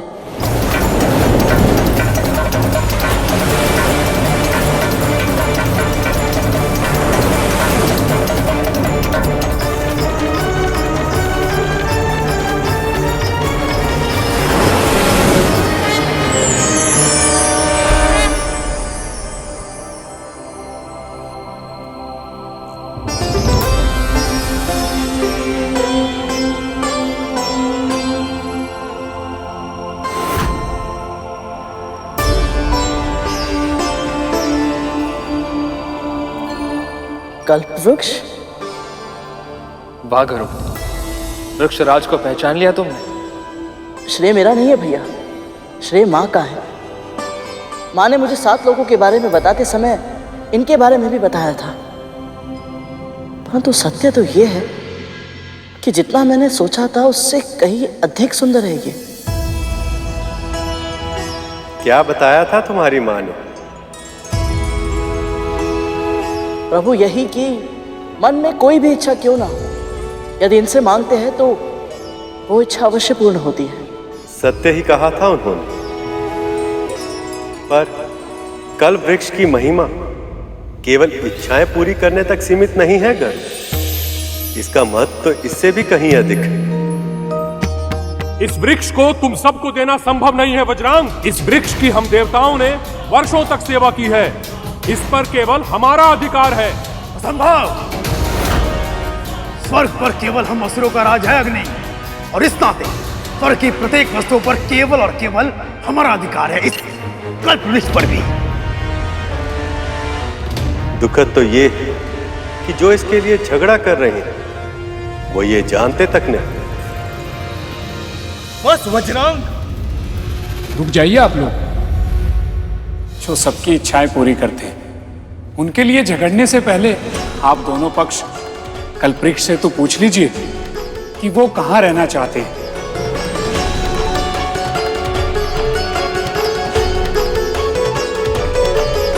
पुत्रों, मुनिवर सही कह रहे हैं। हमें कल्प वृक्ष का आह्वान करना चाहिए। हे वृक्षराज, कृपया सामने आइए।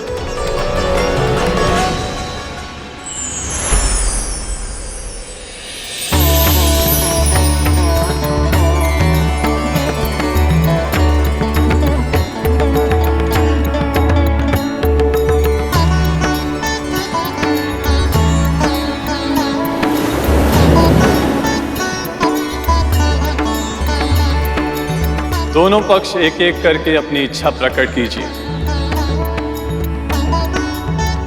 मैं किसी का भी चुनाव करूं, पर आप दोनों की इच्छाएं अवश्य पूरी करूंगा, और इसी क्रम में मैं निश्चित भी कर लूंगा कि मैं किसके साथ रहना चाहता हूं। वज्रांग, राहु, क्या सुझाव है तुम सबका? अग्नि, वायु, क्या मांगना चाहिए मुझे?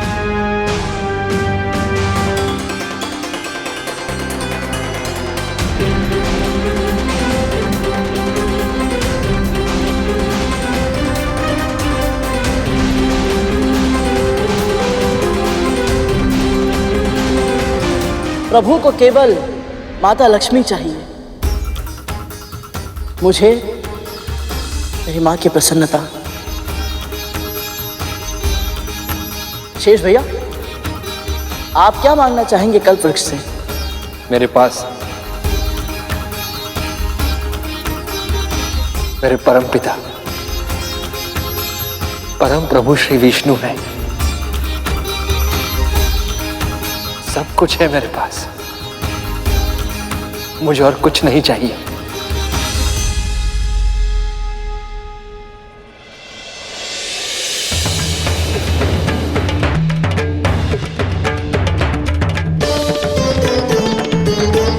बोलिए असुरराज, क्या इच्छा है आपकी? विशाल, विराट, अंतहीन सेना, इतनी अधिक जितनी इस पूरे संसार में और किसी के पास ना हो। तथास्तु।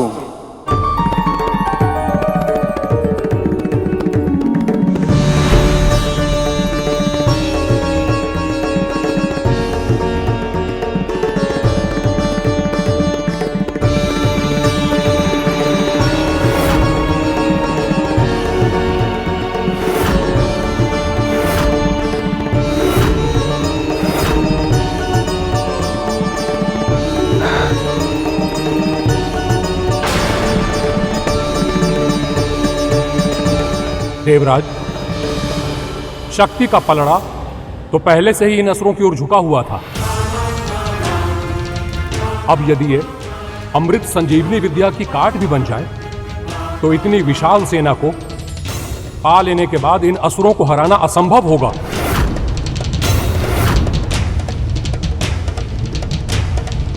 मेरा सुझाव है देवराज की कुछ ऐसा मांगिए जिसकी सहायता से इस असंख्य सेना को एक बार में ही मारा जा सके।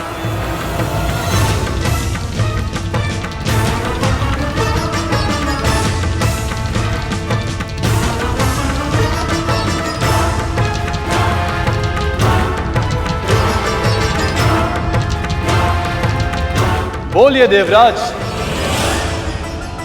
क्या निर्णय किया आपने? असुर तो अब पहले से भी अधिक शक्तिशाली हो गए। देवराज ऐसा क्या मांगेंगे जो इन्हें असुरों से भी अधिक शक्तिशाली बना सके? हे वृक्षराज, मुझे कुछ लेना नहीं, मुझे कुछ देना है आपको।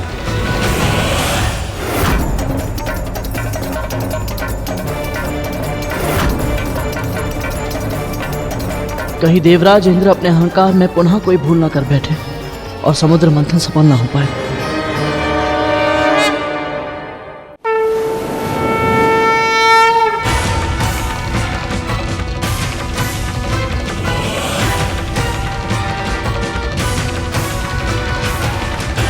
मेरी इच्छा ये है कि मेरा अभिमान, मेरा अहंकार मुझसे दूर हो जाए वृक्षराज।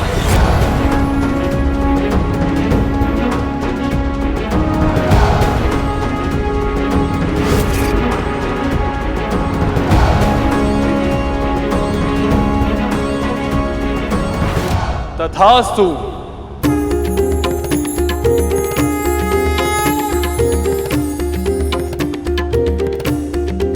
देवराज इंद्र ने भौतिक वस्तुएं ना मांगकर स्वयं के उत्थान के लिए अपने अभिमान का त्याग किया है, इसलिए मैं इन्हीं के साथ रहूंगा।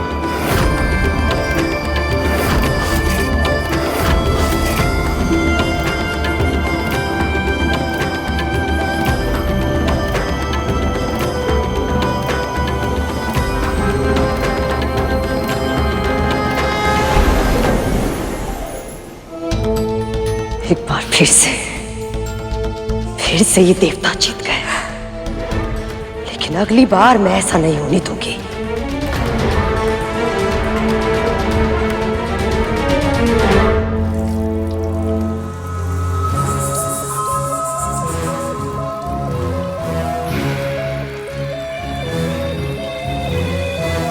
और जंडालो, न जाने कैसी दुर्गंध आ रही है।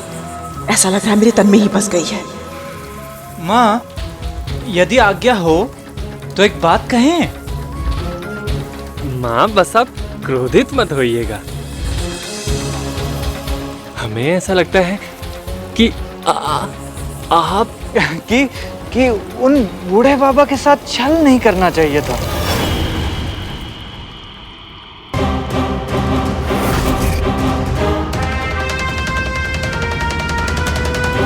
अब तुम दोनों मुझे बताओगे कि मुझे क्या करना चाहिए और क्या नहीं। जितना बोला है उतना करो, जल डालो।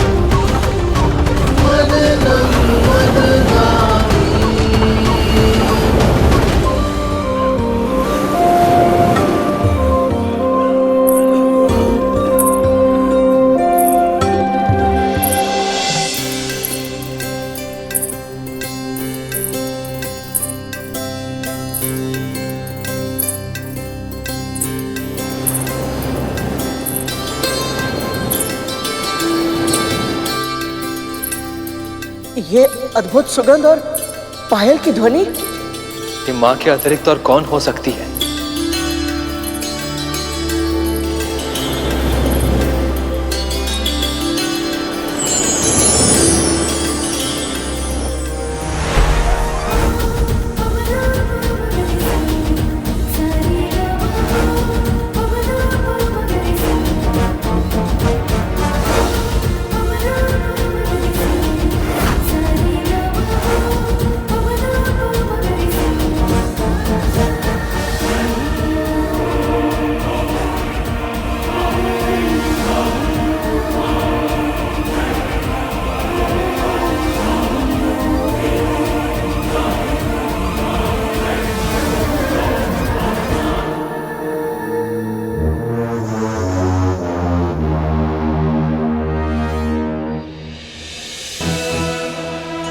ये स्त्रियां कौन है? रंभा।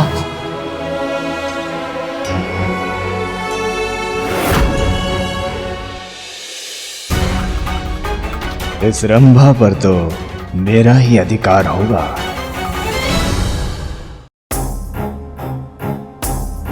सुंदरी, तुम्हारा आकर्षण तो अधिक है सुंदरी।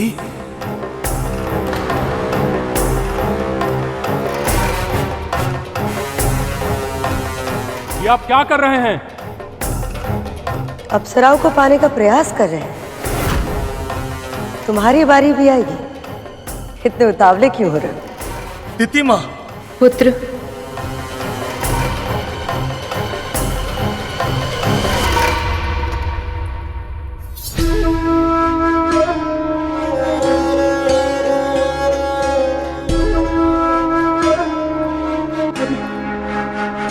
क्या हुआ? चिंतित क्यों है? जो कष्ट मुझे हुआ था वही कष्ट अब महारानी को भी हो रहा है बाबा। तुझे तो प्रसन्न होना चाहिए। नहीं बाबा, मैं तो सदैव यही प्रार्थना करती हूँ कि मेरी मति इतनी भ्रष्ट कभी ना हो कि किसी और को कष्ट में देखकर मुझे प्रसन्नता मिले। इतनी पीड़ा सहने के बाद भी इसके मन में कोई कड़वाहट नहीं है।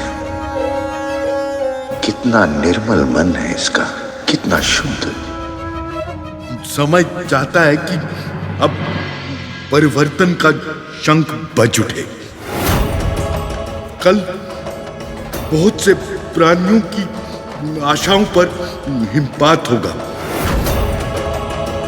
पर कुछ के जीवन के मरुस्थल में प्रसन्नता के फूल भी खिलेंगे। कल मुझसे भोर में मिलने आना विंता। कल कुछ ऐसा होगा जिसकी तूने कल्पना तक नहीं की होगी।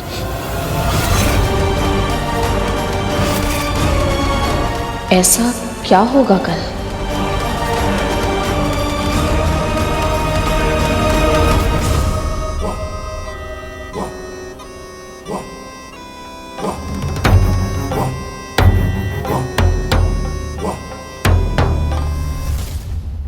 आहा, उत्तम, अति उत्तम। सुंदरी, विवाह कर लो मुझसे। तुमसे ही क्यों?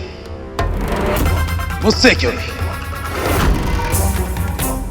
पहले प्रस्ताव मैंने दिया है इसे, परंतु देखा ही नहीं, पहले मैंने था। समुद्र के हृदय से निकलते ही ये वज्रांग के हृदय में बस गई।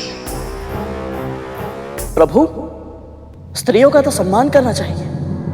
ये सब तो कितना अनुचित व्यवहार कर रहे हैं इन सबके साथ। ये अप्सराएं मन के भीतर छुपी कामना की प्रतीक हैं गरुड़।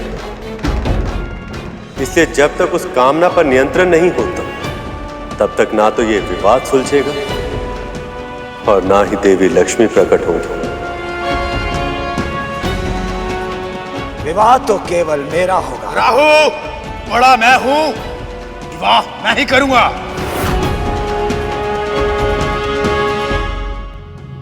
यदि ये अप्सराएं असुरों के पास चली गई तो इन्हें न जाने कितने अपमान सहने होंगे। नहीं, मैं ऐसा नहीं होने दे सकता। मुझे कुछ ऐसा करना होगा ताकि असुर अपनी कामना पर नियंत्रण रखे, अन्यथा ये मंथन पुनः शुरू नहीं हो पाएगा।